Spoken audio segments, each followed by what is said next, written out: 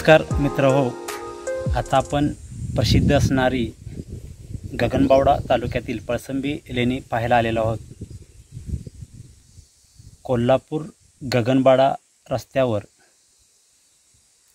असणारं पळसंबी एक फाटा लागतो। त्या फाट्यापासून आपण एक 3-4 किलोमीटर आत आल्यानंतर ही या ठिकाणी हा ओढा आहे आणि या ओढ्याच्या ठिकाणी मोठमोठे जे जांभे खडक आहेत, या खडकामध्ये ही लेणी कोरण्यात आलेली आहेत। आता आपण मी जिथं आहे तिथं तुम्ही पाहू शकता, इथं या ठिकाणी हा जो मोठा जांभा खडक आहे, त्या खडकामध्ये इथं एक मोठं लेणी, त्याच्याच बरोबर इथं माझ्या मागच्या बाजूला इथे एक आहे आणि त्याच्या मागच्या बाजूला अतिशय सुंदर अशी ही लेणी कोरण्यात आलेली आहेत। या ठिकाणाला पळसंबी लेणी, त्याचबरोबर ही जी लेणी आहे ती पांडवकालीन लेणी आहेत असं सुद्धा म्हटलं जातं। या ठिकाणी रामलिंग म्हणजे अनेक लिंग, शिवलिंग या ठिकाणी आपल्याला पाहायला मिळतील। अतिशय सुंदर असं हे ठिकाण, नयनरम्य आपण पाहू शकतो। या ठिकाणी घनदाट असं हे जंगल आहे, अनेक वेलींनी वेढलेली अशा या ठिकाणी या जांभ्या खडकामध्ये कोरून ही लेणी कोरलेली आहेत। खूप शांत वातावरण, अगदी गर्दीपासून दूर आपण अशा या ठिकाणी एकांतात येऊन राहू शकतो। आणि जवळपास ही जी लेणी आहेत पळसंबीची, इसवी सन 6व्या शतकात साधारणतः कोरण्यात आली असावीत आणि खूप सुंदर आपण त्याची रचनासुद्धा पाहू शकतो की कितीही पाऊस, या गगनबावडा तालुक्यात फार मोठा पाऊस असतो। या पावसा असूनसुद्धा त्यांचे जे छप्पर आपण वरच्या बाजूने पाहिलं असं उतरतं आहे आणि त्यामुळे वरून येणारं पाणीसुद्धा ते बाहेरून कोसळतं आहे आणि आत राहण्यासाठी अगदी आल्हाददायक असा हा गारवा आणि एकांत आपण या ठिकाणी अनुभवू शकतो आहे। नक्कीच कोल्हापूर जिल्ह्यातील असणारे हे पळसंबी लेणी, इथं जवळच, इथून पुढे गेले की गगनबावडा लागतो, इथं जवळच असणारा रामचंद्रपंत अमात्य बावडेकर त्यांचा इथं जवळच 1-2 किलोमीटर अंतरावर त्यांचा वाडासुद्धा आहे। आणि तिथून थोडंसं पुढं आल्यावर या पळसंबी फाट्यापासून या पळसंबी गावात आल्यानंतर तिथून जवळच ही लेणी आपण पाहू शकतो आहे।